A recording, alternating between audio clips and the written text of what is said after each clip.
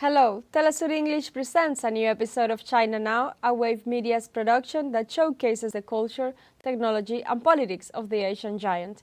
This first segment dives into the several espionage activities that the MI6 have carried out in China with the help of individuals from third countries. We will learn more details about these activities carried out in the giant Asian country. Let's see.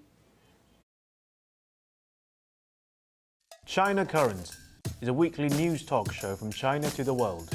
We cover viral news about China every week and also give you the newest updates on China's cutting-edge technologies. Let's get started.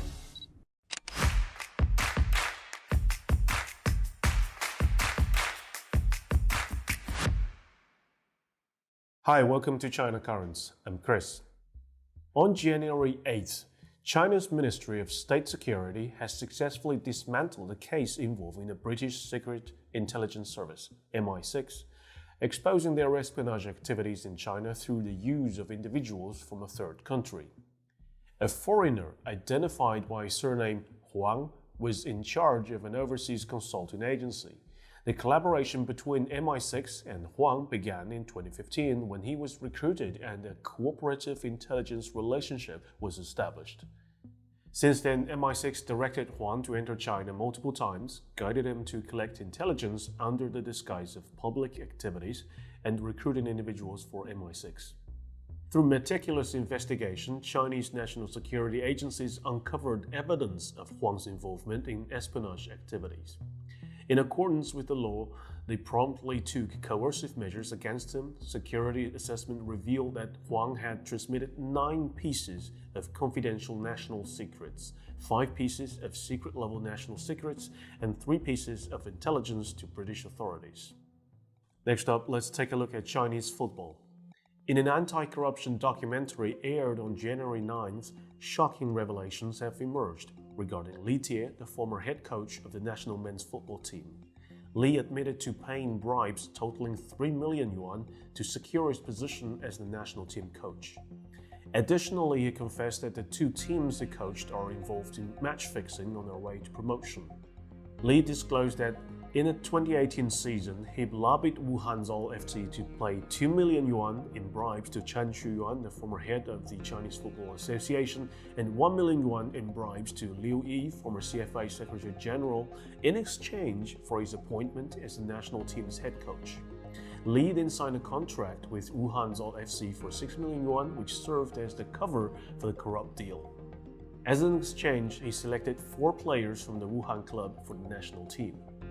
Li Tie's confession led to an investigation by supervisory authorities, which subsequently exposed several other officials suspected of corruption and other wrongdoing within Chinese football. This scandal has further tarnished the reputation of the sport in the country.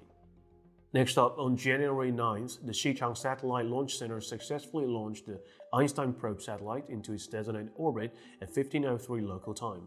The satellite's launch was a resounding success, marking a significant milestone for China's space program.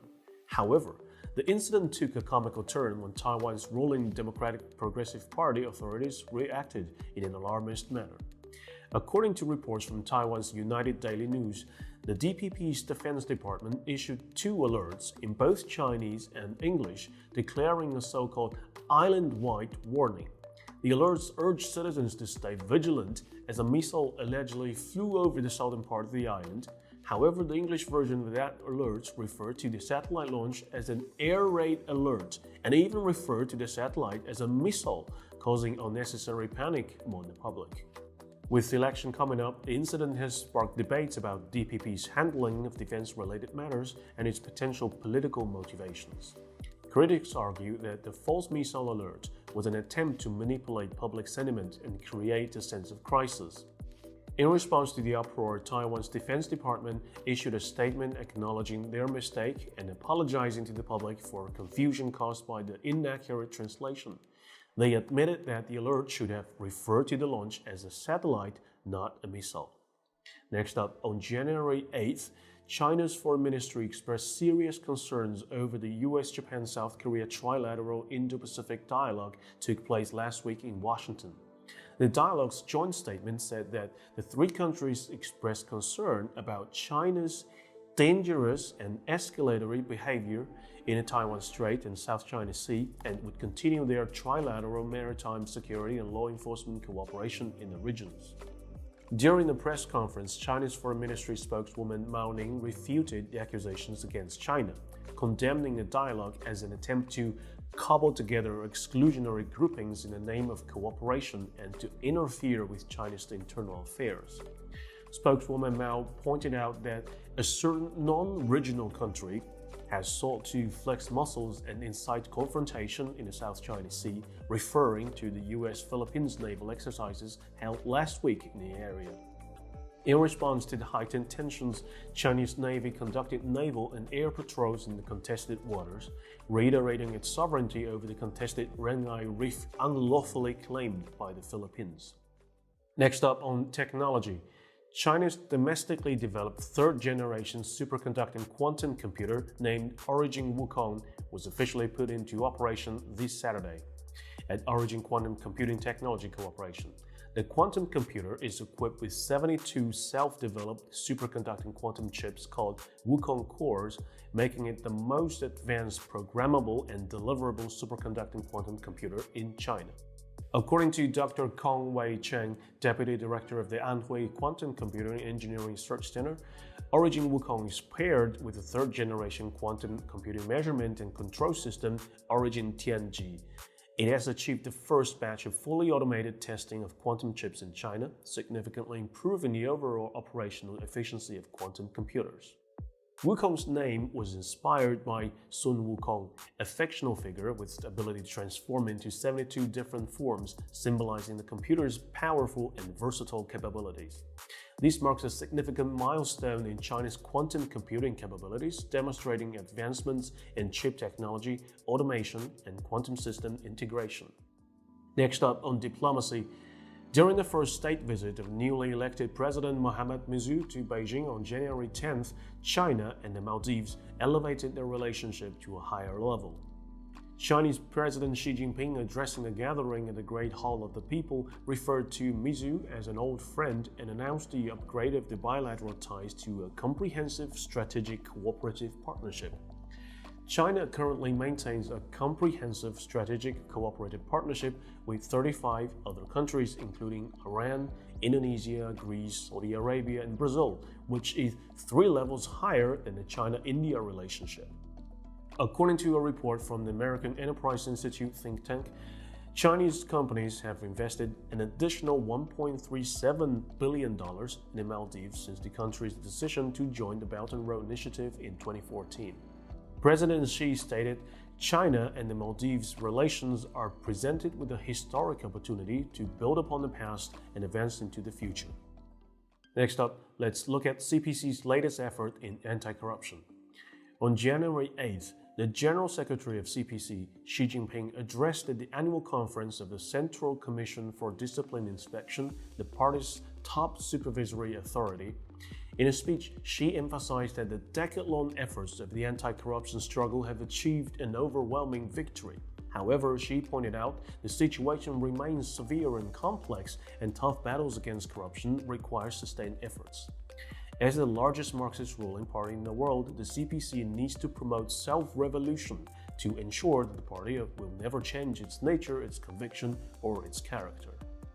The anti-corruption campaign began after the conclusion of the CPC's 18th National Congress in 2012 and has become the largest organized anti-corruption efforts in the party's history. As of the party's 20th National Congress in 2022, discipline inspection authorities nationwide have initiated investigations into 4.65 million cases and disciplined over 4.57 million individuals. By the first week of the 2024, 35 government officials have been removed from their positions for investigation. The party's effort has been overwhelmingly approved by the people, specifically because Xi vowed to crack down on both high-level and local officials. Since 2012, over 100 high-ranking party, government, and military officials have been investigated, including 7 national leaders. The highest-ranking figure among them was Zhou Yongkang, a member of the 17th Politburo Standing Committee. The most recent concluded investigation involving high-ranking official was of Dong Yunhu, former chairman of the Shanghai's Municipal People's Congress. He was arrested on December 29, 2023 by order of the country's Supreme Procurator. Last but not least, on January 9th, in a routine press conference held by the Civil Aviation Administration of China, officials announced that the 2024 Spring Festival travel season is set to commence on January 26th and will extend through March 5th, spanning a total of 40 days. This period, also known as Chunyun, is often considered the largest annual human migration in the world, as millions of Chinese nationals travel for the Chinese New Year celebrations. Predictions indicate that the passenger traffic in civil aviation will reach a staggering 80 million during the Chunyun period, averaging 2 million per day, a figure that is poised to set a new historical record. The peak of the travel rush is expected to hit on February 8th, February 16th, February 20th, and February 25th. The Spring Festival, also known as the Chinese New Year, is the most important traditional holiday in China, with the country virtually shutting down as people take time off from work to be with family and friends. The travel season presents remarkable logistical challenges as the country's transportation infrastructure deals with an immense surge in traffic. The aviation industry has been preparing to handle the increased number of travelers, ensuring safety and efficiency are prioritized. China's airports will likely see a significant uptake in foot traffic, with stringent measures in place to handle the holiday rush smoothly. That's all for today. Thank you for watching this episode of China Currents. If you have any thoughts and comments about our show, please reach us at email address below. I'm Chris, looking forward to hearing from you, and see you next time.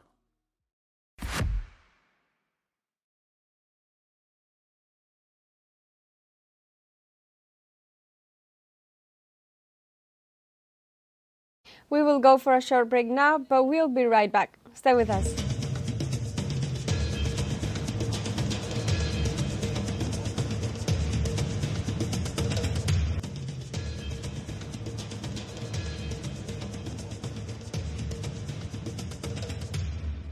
Welcome back to China Now. This second segment explores, among other topics, the event that occurred in Taiwan with the Einstein probe, a high-tech watchover in space that helps observe and comprehend the most powerful events of the universe. Let's see.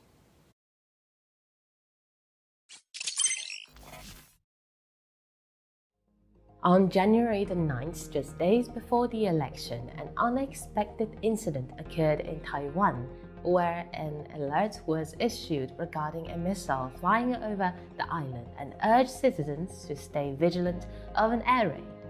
However, it turns out that the missile was actually the Einstein probe satellite launched from the Xichang Satellite Launch Center. So what exactly is the Einstein probe, and why was an island-wide alert issued? Hi, I'm Lisa, and this is Threshold in China. Following the surprising alert in Taiwan, let's explore the real story behind it. Launched on January 9th, the Einstein probe is not just any satellite. It's a groundbreaking X-ray observatory developed through international collaboration between Chinese researchers, the European Space Agency, and Germany's Max Planck Institute for Extraterrestrial Physics. Weighing 1.45 tons, the observatory is positioned in orbit 600 kilometers, that is about 370 miles above the Earth's surface. It featured a wide-field X-ray telescope, constructed using innovative technologies that imitate the structure of the lobster eye. This unique design enables the telescope to scan large areas of the sky and detect X-ray sources that were previously unknown. Additionally, the follow-up X-ray telescope will zoom in on the new X-ray sources or events, providing high-resolution observations throughout its 5-year operation. According to Yuan Weimin, the mission's chief scientist at the National Astronomical Observatories in Beijing, the probe's detection ability is more than 10 times higher than that of the similar telescope worldwide. Yuan explains that the probe can detect weaker and more distant signals, view them with greater clarity, and pinpoint their locations more accurately. Eric Kukus, the ESA's project scientist for the mission, expressed his excitement for the launch. He has been collaborating with the Chinese and German colleague on this project since 2018. Coco stated that the probe's wide field of view allowed it to capture more bursts of X-ray than previous satellites. Now, observing X-ray in space poses significant challenges. X-ray is a form of electromagnetic radiation, and it provides valuable insight into high-energy processes occurring in the universe. However, many of these phenomena are transient and hard to detect, such as black hole tidal disruptions and collision of extremely dense objects. Moreover, soft X-ray emitted during the initial stages of these events are difficult to capture due to the Earth's atmosphere, which absorbs them. This is where the space-based observatories like the Einstein probe become crucial. One other challenge is that the focusing soft X-rays through fraction or reflection is extremely challenging. Since the 1960s, more than 50 telescopes have been launched into the space to study cosmic X-ray. However, most of these telescopes have limited views. While some can quickly scan the sky, they could only see the brightest source. In 1980, Roger Angel from the University of Arizona developed a unique design for X-ray telescope that would have both a wide field of view and decent resolution. His inspiration came from crustaceans like lobsters and shrimp, which developed eyes with special structure to survive in murky environments underwater. A lobster eye has many tiny square-shaped tubes that converge towards a central spherical point. This structure allows light from all directions to reflect inside the tube and focus on the retina, giving the lobster an unlimited field of view. Angel's idea remained a challenge for a long time until recent years when microprocessing technology matured, making a technique called micropore optics possible. The wide-field X-ray telescope on the Einstein probe consists of 12 modules, each containing over 30 million square micropores. Each pore measures 14 micrometers along the side and is coated with an ultra-thin iridium layer to enhance reflectivity. According to Yuan, the surface of these pores must be extremely flat and smooth with an error of less than 1 nanometer. It took his team a decade to develop the lobster eye-like modules. For the first time, microporous lobster eye technology has been extensively applied in a wide-field X-ray focusing imaging telescope, and this technology has been fully localized. Thanks to its design, the Einstein probe can observe an area of the sky over 10,000 times larger than the size of a full moon at any given time. In contrast, existing large X-ray telescopes like NASA's Chandra X-ray Observatory can only image a section of the sky that is smaller than the size of a full moon. This means the Einstein probe could observe almost the entire night sky in just 3 orbits around Earth, taking less than 5 hours. The probe's mission is multifaceted. It will systematically survey the sky, detecting X-rays from various cosmic objects including black holes, neutron stars, and supernovae. Of particular interest is its ability to detect dormant, supermassive black holes. These giants remain hidden until a nearby star drifts too close. When this happens, the black hole awakens, tearing the star apart and emitting X-rays that the Einstein probe can detect. Another significant role of the Einstein probe is its contribution to the search of gravitational waves. These ripples in spacetime, predicted by Einstein's series of general relativity, are generated by events such as neutron star collision. With its wide field of view, the probe is perfectly positioned to localize these events and observe their X-ray emissions, complementing ground-based gravitational wave detectors. Simply put, the Einstein probe is a high-tech watchtower in space, giving us a new lens to observe and understand the most powerful events in the universe. It is a step towards answering fundamental questions about the nature of these extraordinary phenomena. And that is all for today's Threshold. We hope you like this new section on science and technology in China. As usual, we welcome your feedback and thoughts.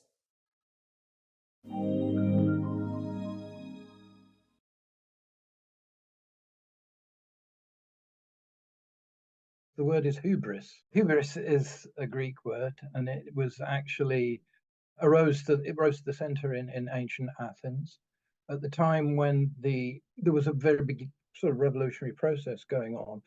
The dictatorship of Draco had provoked a sort of meltdown of the Athenian economy, and I'm going to come on to that because there are parallels in terms of economy. But anyway, then the citizens of Athens and the surroundings asked a man called Solon to create a set of laws for Athens.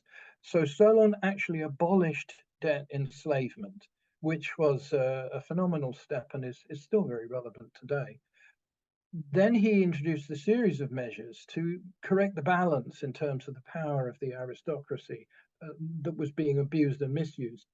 And the Athenian constitution introduced a law against hubris. Now, not many people know it's a law. In the West, the word just simply is taken to mean arrogant pride. Hubris, I think, is the correct pronunciation, but I'm not a Greek scholar, so sorry to any Greek scholars listening. Arrogant pride. Now, in mythology in Greece, arrogant pride is punished by the goddess called Nemesis. And Nemesis exacts vengeance on people who have been guilty of arrogant pride. But the crime of arrogant pride was you could actually take somebody to court in Athens for arrogant pride, which means you abused the power that you possessed against a poor person. So it was a law specifically introduced to rectify the imbalance between the power of the rich aristocrats who were actually ruining the economy because they misused and abused the power. But the issue was whether they should have power at all, which is what we confront today. So it was a crime because that was the way that Solon thought it was possible to rectify these imbalances and save the Athenian economy and polity. Now, why is that relevant today? Because what we see is hubris in terms of the imperial rulers of the world. At the beginning of the war in Ukraine, the special military operation, if you think about it, what things people were saying at the time, they said, Biden said, the Russian economy will be asphyxiated. The commentators, sort of slightly before the beginning of last year, but it's a continuous process, that Russia is isolated, that sanctions will destroy Russia, that Russia will be defeated and crushed. This didn't happen. Now we see, on the contrary, after resistance of the Palestinian people on October the 7th, and the ongoing consequence of that the arrogant pride of the current prime minister, the current president of Israel, of Netanyahu, is being punished by Nemesis because he believed that it was everybody believed, and the Zionist state is what I will call it, of Israel, managed to convince the world, many people who didn't like what it was doing, that it was invincible, that it was invulnerable, that nothing could be done to stop it. This was not the case. That myth was shattered by those events.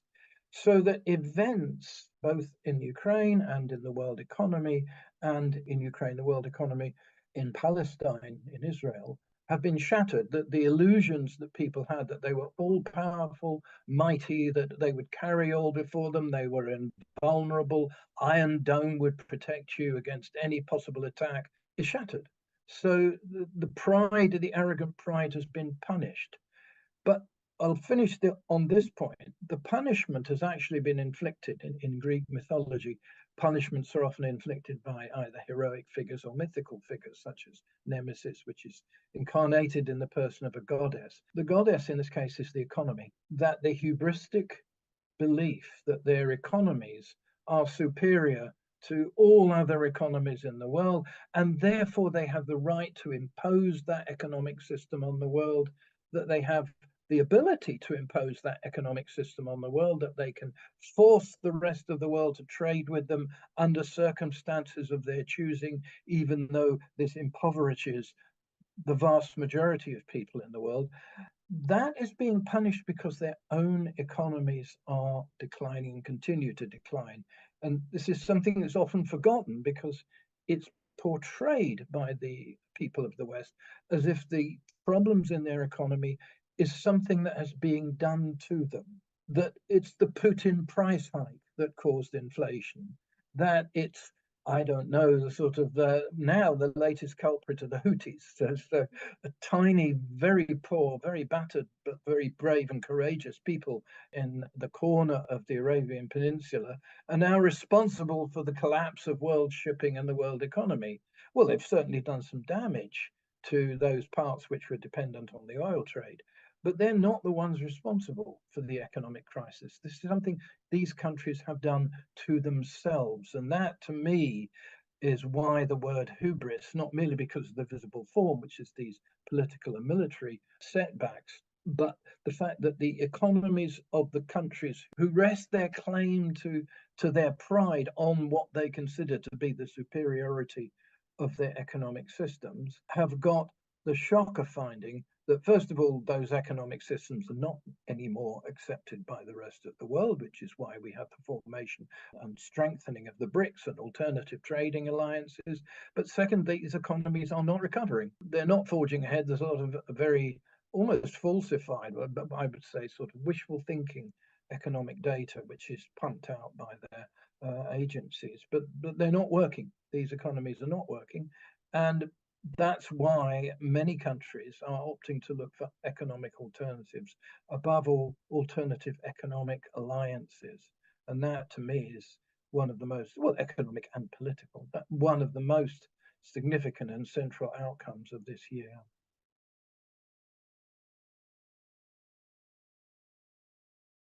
It makes the world a very dangerous place. I don't think it will create anything that I would recognize as a revolution. It creates political chaos. What you have is what I call a moral crisis. A moral crisis is when people believe that certain remedies will achieve certain ends, and therefore these ends are good, and they're justified, therefore, in carrying out these things, and they don't work. So then first of all, people say, well, somebody else was responsible. You always look around to blame somebody else, especially if you're very powerful and mighty, because you can't believe that you yourself might have weaknesses. That's one of the sins of hubris, is the inability to recognize one's own weaknesses. But the result is political chaos, and the moral crisis we're now facing is, in my opinion, a moral crisis of Western liberal democracy. That what is being shown up is that system is not democratic. It doesn't live up to its own claims. I'm not saying democracy is wrong. What I'm saying is Western liberal democracy is not democratic. And this is now becoming very clear. All the liberal values which Western liberal democracy, representative parliamentary democracy, let's call it, was supposed to achieve, are one by one falling. Freedom of speech. Julian Assange has been imprisoned without any legitimate charges being directed against him for 8 years. That's something that's happened to democracies. The two leading, self-proclaimed leading democracies of the world, the United States and the United Kingdom, have worked together to bring this about. But you also see the chaos in the American political system. That basically both Biden and Trump now have among the lowest approval ratings, I think, in history, certainly for a very long time. I've been trying to follow the polls, so I may be corrected on whether it's the absolute low. It's certainly not very good. Well, how are they dealing with this? They're not dealing it by confronting the truth. They're not dealing with it by coming out with what's really happening. To the contrary, when people protest and say that this is a genocidal assault on the people of Gaza, when they say South Africa is right to take Israel, the government of Israel, to the International Criminal Court, I believe it was the ICC they've taken to, for genocide, with very, very detailed evidence of that fact, they say, if you say this in our country, you will be sacked. So you are sacked basically for telling something that most people in the world recognize as truth. That is not a democratic achievement. So finally, what's happening is the suppression of political opposition. There are two parties in America, and neither of them represents what the vast majority of American people want. Polls consistently show the majority of the people in America want a ceasefire in Gaza. But if you stand up for that, you're pilloried, you're sacked. How then is the Biden side dealing with the Trump side? Well, basically by making it impossible for the win by what used to be called lawfare, by taking court decisions to use against Trump. Now, I'm not saying this as a supporter of Trump.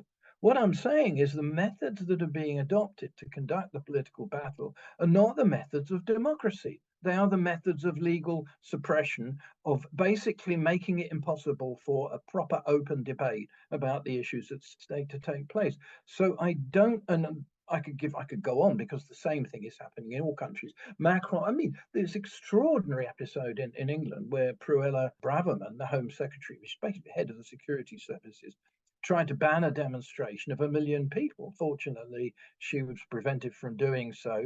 And actually, she had to resign, which is a big democratic achievement in my place. But you have Macron wanting to ban the Palestinian flag. You have many countries, particularly Britain, trying to ban strikes. So all the traditional democratic rights that were supposed to be what we are fighting for, the freedoms, the liberty that we're fighting for, are being abolished in the name of democracy. So I don't think what you're seeing at present is a revolutionary process. I think you're seeing something very dangerous, which is the collapse of the pretense of democracy, that the imposition of what America would, in many, what I call a two-party dictatorship. People are always saying, China is very bad because it's a one-party dictatorship, which is not true, because there are several parties in China, as we know. But what you have in the United States and Britain is a two-party dictatorship. And the most that one can hope for, and I'm certainly working to this end, but actively, not just academically, is a breakdown in the consensus that the only choice is between these two parties, the lesser evil idea. And none of these countries took principal positions as regards to what was happening in Ukraine, which is just as tragic if you look at what was just as genocidal, if you look at what the government of Kiev was trying to do to the people, the Russian speakers of Ukraine. It's just as terrible, but they didn't react in that way. They didn't understand what's going on. Now they do. So it's a mixture. Some countries are, maybe the leaders are waking up. Sadly, not enough of them. In other countries, you have political chaos, but what one hopes for is the emergence of a breakdown of the consensus that the only way to get anything done is to vote for one of the two pro-imperial parties.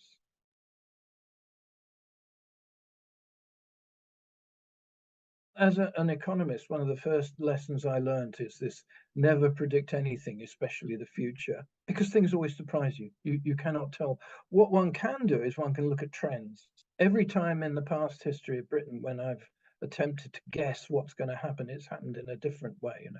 Not so long ago in Britain, one of the forms of expression of the desire for a much more radical programme was the growth of a left-wing Scottish National Party, which is, from 30 years, 20 years I spent in Scotland, the last thing that one would have expected at once. But that's what happened. Corbyn was very unexpected. So you can look at economic trends and say the British economy is in a huge mess. You can also say neither party has solutions that will cure the economy.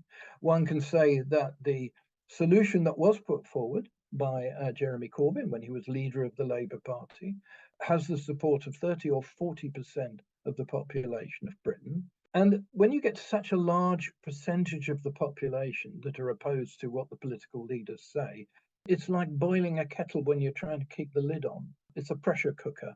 It will come out in some way.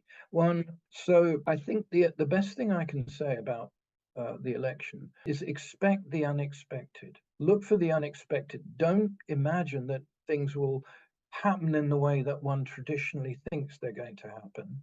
Work hard, stay calm, be brave, and watch for the signs, as was the slogan on a very interesting, very lovely Canadian radio program about Indigenous people. Stay calm, be brave, and watch for the signs.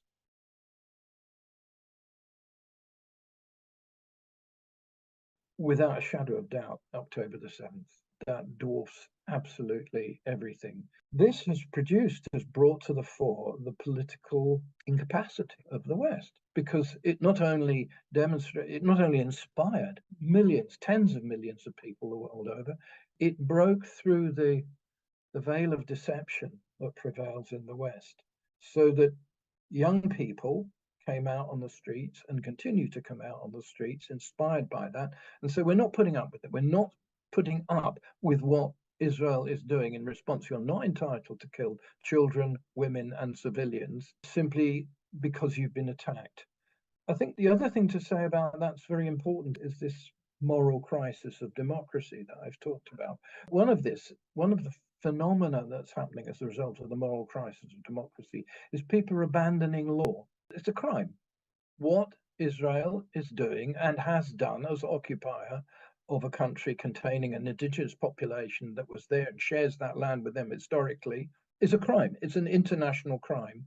The indiscriminate attacks on women, children, civilians is a crime. So that is being exposed. And finally, as somebody of a Jewish background, what I think was very, very moving is that Jewish people are now taken to the streets, and Jewish people are saying Judah is not Zionism. They're not the same thing.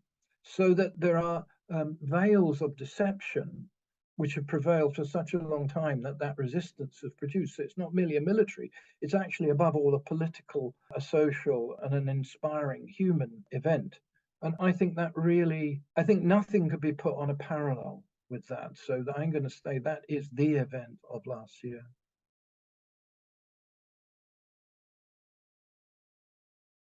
War is horrible. And the greatest glorifiers of war is the Israeli military apparatus and system.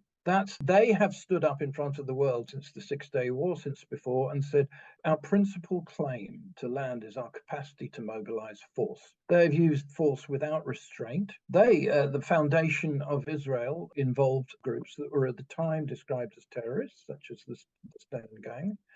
Force has been an element of the current state of Israel since its inception. They have been at war with the people of Israel, and I include the Palestinians as peoples of Israel, since the inception of Israel. Now, then if you look at what the law says, so war is horrible, but let's look at where the war started.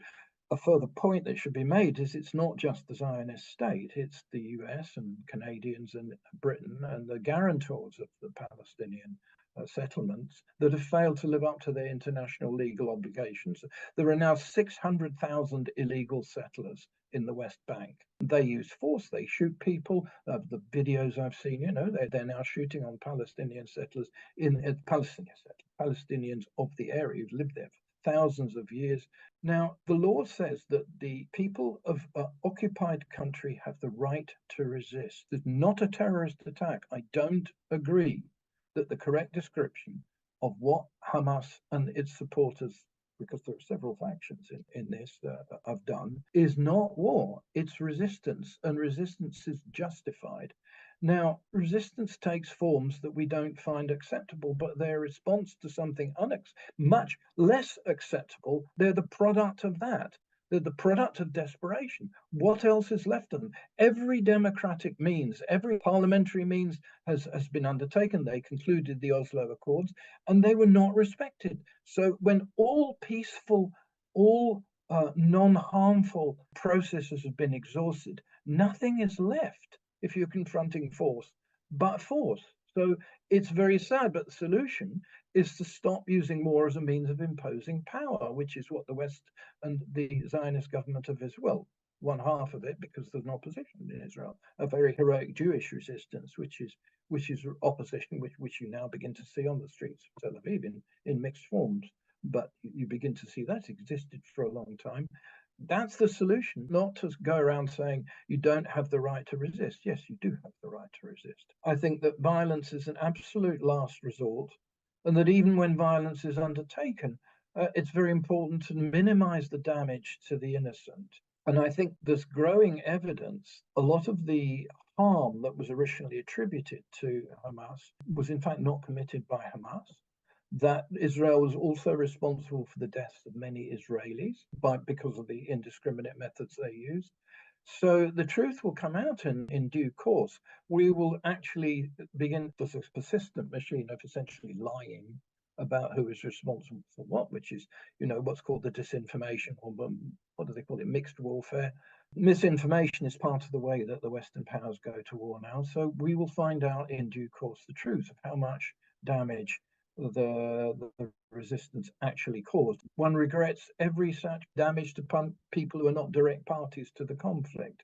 One regrets it. Nevertheless, that's what happens in war. The issue is whether you seek to minimize that which I think that is what Hamas is trying to do and what those who seek to, focus on military targets seek to do. Incidentally, that is what we see in these tit-for-tat escalations in Ukraine, that the attacks on Belgorod, which were conducted by the Kiev regime, were done in daylight on New Year's Eve when everybody was out on the streets.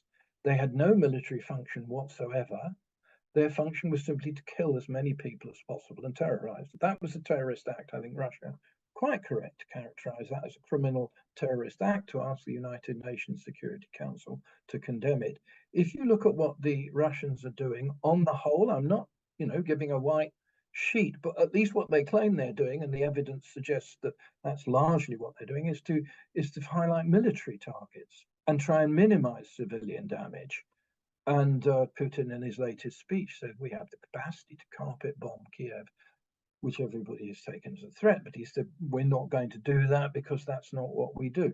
So if you take people at their word, and if you look at the facts, because Kiev does not deny that it attacks civilians, doesn't deny it, then you say there are two different attitudes to the way that to acts of war in which civilians are killed, which is one is that we use it quite deliberately, which is what actually Ukraine was doing to Donetsk for 11 years before the special military operation, which nobody wept any tears over, and attacking military targets with the risk of collateral damage. So they are different things. Can't mix them all up together.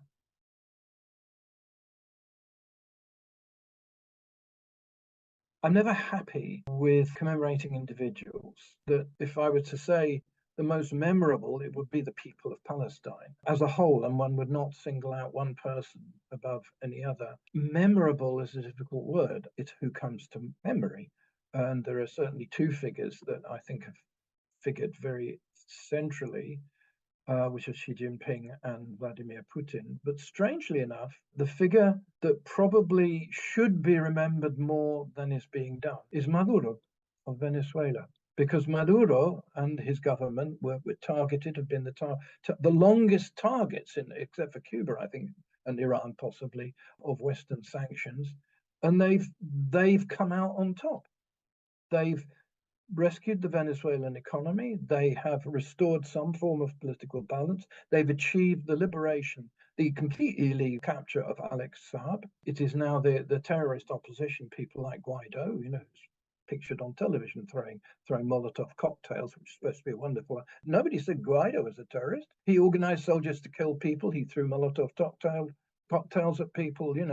He took part in very murderous acts against civilians that he is now isolated from his own party and from the government, quite correctly. And this in the face of, the most concerted campaign against Venezuela on the behalf of America, the United States, and Britain particularly, but by including seizure of their gold completely illegally by a so-called court in Britain, all kinds of things. Now the Americans are coming begging and saying, look, excuse me, we want your oil because of what we've done to the Russians. That is nemesis in action. I think the figure that deserves to be known and memorized the most is Nicolás Maduro. And let's not forget Delcy Rodriguez, the vice president as well, who is a towering figure, in my opinion. And this was another episode of China Now, a show that opens a window to the present and future of the Asian giant. Hope you enjoyed. See you next time.